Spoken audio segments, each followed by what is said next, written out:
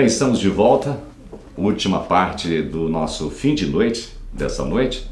Programa que, repito, vai ao ar às segundas, quartas e sextas, nessas noites aqui na TV Costa do Sol, para você acompanhar sempre boas entrevistas aqui, falando sempre temas de interesse da nossa Macaé, da nossa região. E eu vou agora para o último bloco, conversando com o Dr. Gleison Guimarães.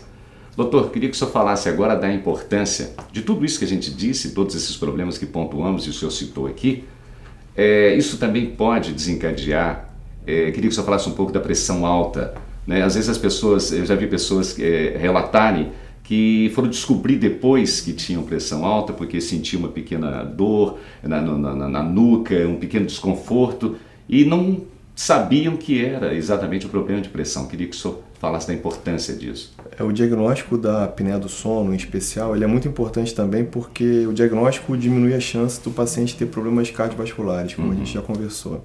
E o que está muito claro já há alguns anos é que a apneia do sono é uma causa secundária de hipertensão arterial, ou seja, a partir do momento que esse paciente é diagnosticado hipertenso, ele deve sim ser questionado sobre a presença de ronco, sobre a presença de sonolência de dia, de cansaço, de irritabilidade, de mau humor, de déficit de memória, de déficit de concentração, de déficit de atenção. Ou seja, será que ele está dormindo bem? E essas são as características de quem geralmente não dorme bem.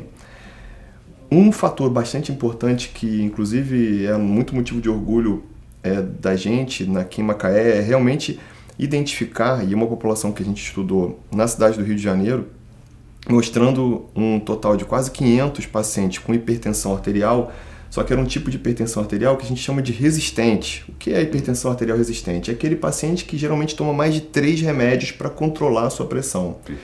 Essa população que foi estudada lá no Hospital do Fundão mostrou exatamente, no Hospital da UFRJ, na Faculdade de Medicina, mostrou que essa população com hipertensão arterial e que usavam mais de 3 remédios para controlar a sua pressão, 83% dessas pessoas tinham apneia do sono.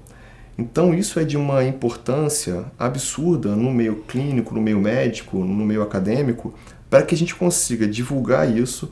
Isso é uma amostra nossa do Brasil, na população carioca, mas é uma amostra que se representa por diversos estudos feitos em diversos países do mundo.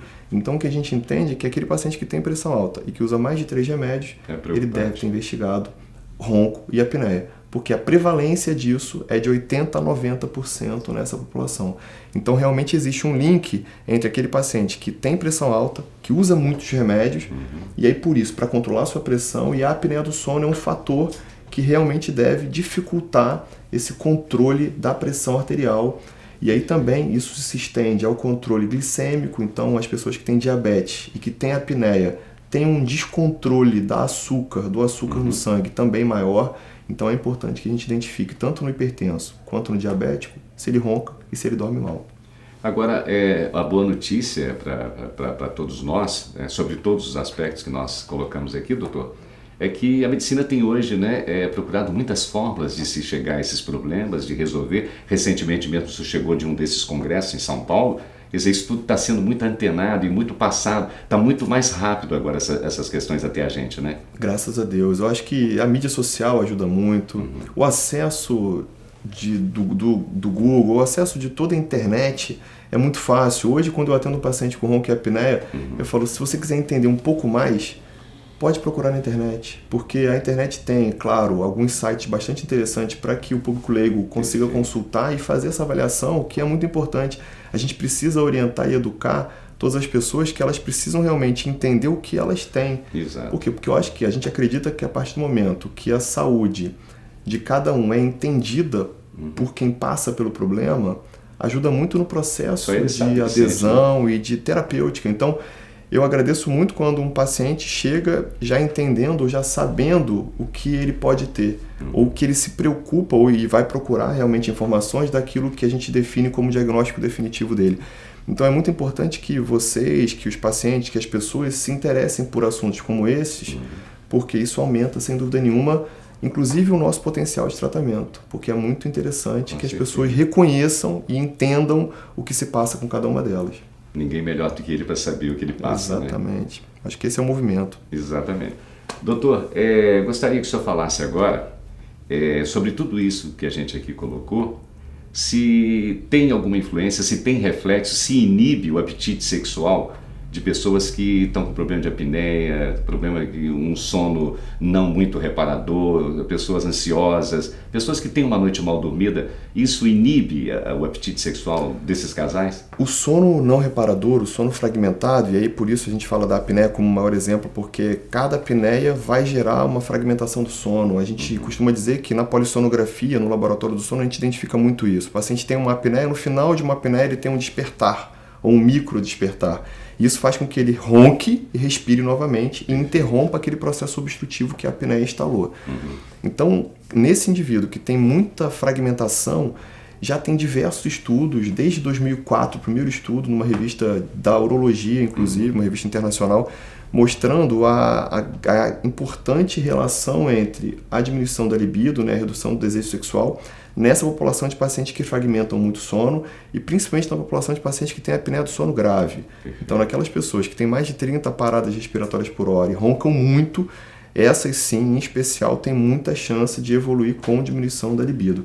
Então, essa associação é uma associação que a gente na prática clínica vê de uma forma bastante frequente e isso traz muito paciente para consulta, porque a urologia em si ela já tem orientado bastante sobre essa informação e é uma informação que acaba trazendo o paciente que quer ser tratado para tentar melhorar esse problema, que é um problema sem dúvida nenhuma que interfere muito na qualidade de vida, não só dos homens, mas das mulheres. Com certeza. E aí interfere na qualidade de vida de cada um.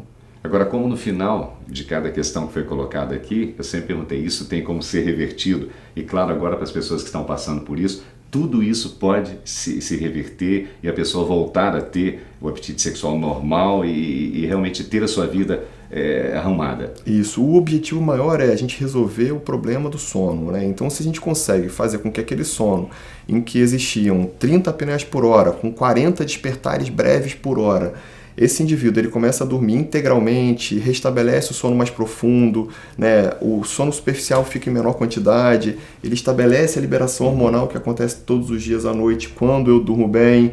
Perfeito. Se isso é restabelecido, a tendência é que tudo isso melhore. Então é muito interessante esse movimento de tratamento que o indivíduo participe disso ativamente, porque a chance de resolver é muito maior se essa pessoa resolve e detecta isso precocemente. É muito mais interessante quando eu pego um paciente que está hipertenso há 4 meses e aí eu começo a tratar a apneia e esse paciente deixa de usar os remédios que ele usava. Porque a gente vê isso na prática clínica e nos estudos clínicos. Ao mesmo tempo, é diferente de um paciente que tem 20 anos de hipertensão e que queira resolver o problema de hipertensão dele porque ele ronca há 40 anos. Então, é muito interessante que, né, você que em casa sofre desse problema, procure sim o seu médico, procure o seu terapeuta, procure o seu profissional de saúde, o seu enfermeiro, a técnica de enfermagem, a estratégia de saúde da família perto de você, converse com o seu clínico para que tenha essa orientação. Agora eu gostaria que o senhor falasse de uma coisa que eu tenho certeza que muitos que estão agora nos vendo gostariam que eu perguntasse ao senhor. E o cigarro? Como deixar o cigarro? O que fazer? Existe um método hoje para poder as pessoas pararem de deixarem o cigarro sem ficarem estressadas? Porque muitas pessoas dizem, mas o cigarro me desestressa, o cigarro me leva a momentos assim de maior leveza, eu consigo sair da ansiedade que estou. Existe hoje um tratamento bom, saudável, que a pessoa possa deixar o tabagismo? A gente entende isso, e a gente entende que o cigarro é uma substância que, sem dúvida nenhuma, promove isso que você estava conversando. O que a gente entende também é que o cigarro é a principal causa de morte prevenível e tratável no mundo. Perfeito. Então a gente tem que realmente orientar e fazer com que as pessoas que fumam deixem de fumar. Com certeza. Isso certamente não é muito fácil, mas isso pode ser mais fácil para um e mais difícil para outros. Exato. O que a gente sempre recomenda, Reginaldo, que eu acho que é um movimento que a gente tem que fazer, nós enquanto profissionais de saúde, é que cada um tenha vontade. Então o que eu tento despertar em cada um que eu converso e estimulo e tento estimular isso diariamente é que a pessoa tem que querer.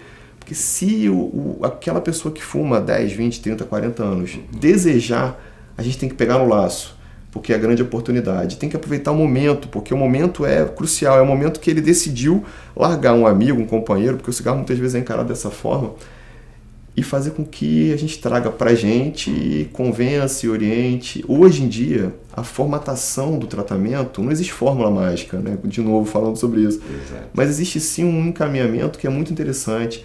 E a rede pública da nossa região, ela está muito hipertrofiada com relação ao tratamento do tabagismo. Existem alguns setores na Prefeitura de Macaé, inclusive, que fazem um tratamento belíssimo para a orientação dessas pessoas a largar o cigarro. Fora os médicos, os profissionais que estão na rede pública e privada, mas na rede pública isso também é bastante possível. E é muito possível, porque existe o que a gente recomenda como sendo o padrão ouro do tratamento do tabagismo, que é não ser somente um médico fazendo orientação, mas ser também um enfermeiro, psicólogo, terapeuta, ou seja, uma equipe em conjunto que trabalha a favor dessa pessoa, facilitando e organizando esse ambiente para que essa pessoa consiga realmente ficar mais independente do cigarro. Então o movimento é esse, né? Não é mais moda, a gente cansa de dizer isso. Deixou de ser modismo. Exatamente, a gente precisa que as pessoas se conscientizem e tenham vontade de parar. Isso e aí é esse é o pedido, esse é o pedido, essa é a orientação. O jeito tem, você tem que querer. Exatamente isso, exatamente isso. E até evitar fumar, né, em locais fechados, em casa, no automóvel, porque toda a família vai estar com certeza fumando junto. Doutor, para as considerações finais, gostaria de agradecer sua vinda aqui, por ter aceito o meu convite e ter me dado o privilégio de estar hoje estreando esse programa aqui, o Fim de Noite, primeiro programa aqui da TV Costa do Sol, sendo com o senhor e com todas essas informações preciosas para o nosso telespectador, o telespectador de Macaé. Muito obrigado, foi muito bom a sua vinda aqui. Obrigado, é um motivo de grande honra. Outras vezes só vai estar aqui conosco. Quando convidar, pode contar com a gente. Muito obrigado.